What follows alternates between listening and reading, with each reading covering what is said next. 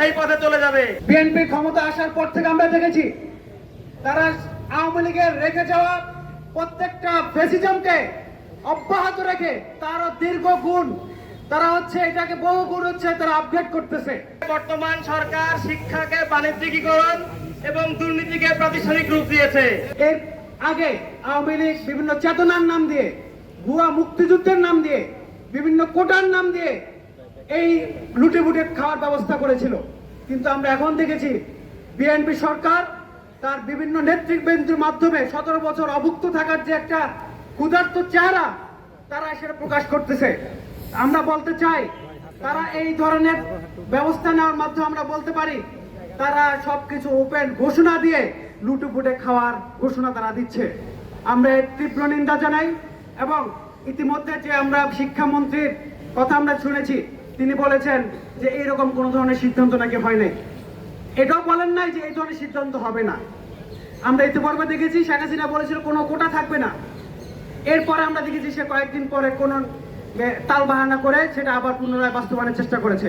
আমরা এর মাধ্যমে আমরা বলতে চাই শিক্ষামন্ত্রীর কথার উপর আমাদের কোনো ভরসা নাই। তিনি এটা যেভাবে হোক বিভিন্ন টাল বাহানা করে হোক তাদের মনের মধ্যে এটাই আছে যে তারা এটা বাস্তবায়ন করবে। এটা পরিষ্কারভাবে বলতে হবে, এমন কোন ধরনের সিস্টেম বাস্তবায়ন তারা করবে না। আমরা বলতে চাই এনটিআরসির মাধ্যমে যে শিক্ষক নিয়োগ হতো সেই নিয়োগ হতো হচ্ছে মেধার মাধ্যমে। শিক্ষা মন্ত্রণালয় থেকে এনটিআরসি কে নিয়োগে সুপারিশ করার জন্য যে তাদেরকে না করে দেওয়া হয়েছে, এখান থেকেই বোঝা যায় বর্তমান সরকার শিক্ষাকে বাণিজ্যিকীকরণ এবং দুর্নীতিকে প্রাতিষ্ঠানিক রূপ দিয়েছে। শিক্ষার এই বাণিজ্যিকীকরণ এবং দুর্নীতির এই প্রাতিষ্ঠানিকীকরণের বিরুদ্ধে আজকে আমাদের এই বিক্ষোভ সমাবেশ। আমাদের এই বিক্ষোভ সমাবেশ থেকে আমরা স্পষ্টভাবে বলতে চাই 24-এ খুনি হাসিনা শিক্ষার্থীদের মেধা নিয়ে যে টালবাহানা শুরু করেছিল, মেধার বিরুদ্ধে গিয়ে কোটাকে প্রায়োরিটি দেওয়ার চেষ্টা করেছিল, তার বিরুদ্ধে হাসিনাকে ক্ষমতা ছেড়ে পালাতে হয়েছে।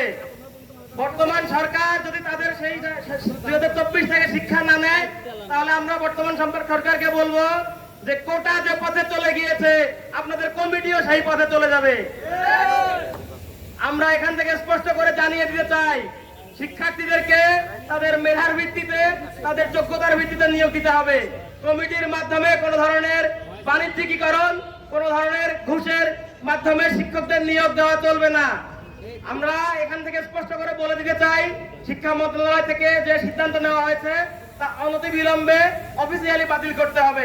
এনটিআরসি যেভাবে মেনটেন করত সেখানে তাদের থেকে সেই সক্ষমতা কেড়ে নিয়ে এটা একটা কমিটির মাধ্যমে দেওয়ার একটা অপচেষ্টা চলতেছে। সারা দেশে যখন শিক্ষা ব্যবস্থার বেহাল দশা, আপনারা বিভিন্ন অঞ্চলে খোঁজ দিয়ে দেখবেন প্রত্যেকটা জেলায় এমন প্রতিষ্ঠান আছে যে প্রতিষ্ঠানে একজন এসএসসি পরীক্ষার্থী পাশ করতে পারে নাই। সেই পরিস্থিতিতে বিগত সময় থেকে এখন যদি আমরা চিন্তা করে দেখি আমাদের যে শিক্ষা ব্যবস্থা, আমাদের যে শিক্ষার্থীরা তাদের মেধার অনেক অবনতি হয়েছে। এটা শুধুমাত্র তাদের দোষ নয়, বরং অভিভাবক থেকে শুরু করে ম্যানেজিং যে শিক্ষা ব্যবস্থা রয়েছে তাদের দায়ভার রয়েছে। ঠিক এই সময় এসে যখন কমিটির হাতে শিক্ষক নিয়োগের বিষয়টা তুলে দেওয়ার পায়তারা চলে, তখন আমরা আরো ভালোভাবে বুঝতে পারি বাংলাদেশকে একটি শিক্ষা মেরুদণ্ড ভেঙে দেওয়ার অপচেষ্টা চলছে।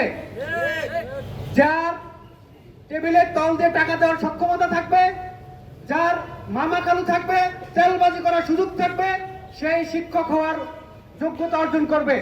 আমরা এর তীব্র নিন্দা জানাই। বিএনপি ক্ষমতা আসার পর থেকে আমরা দেখেছি তারা আওয়ামী লীগের রেখে যাওয়া প্রত্যেকটা ফ্যাসিজমকে অব্যাহত রেখে তারও দীর্ঘ গুণ তারা এটাকে বহু গুণ তারা আপডেট করতেছে। সেগুলো হ্রাস করা তো দূরের কথা, তারা প্রকাশ্যে লুটিপুটে খাওয়ার ব্যবস্থা তারা করতেছে। বর্তমান সরকার আবার একটি নাটক শুরু করেছে। যেভাবে ফ্যাসিস্ট আমলে কোটা পুনর্বহাল করা হয়েছিল সেভাবে আবার কমিটির মাধ্যমে শিক্ষকদের নিয়োগ পুনর্বহাল করার চেষ্টা হয়েছে। যখন শিক্ষার্থীরা এই বিষয়ে তাদের ভয়েস রেজ করেছে তখন একটি নাটক সাজানো হয়েছে যে এখনো কোনো সিদ্ধান্ত হয় নাই। কোটা না মেধা এই স্লোগান দিয়ে 2024 সালে যে আন্দোলন শুরু হয়েছে সেটার মূল মেসেজই ছিল যে কোনো ধরনের বৈষম্য করা যাবে না।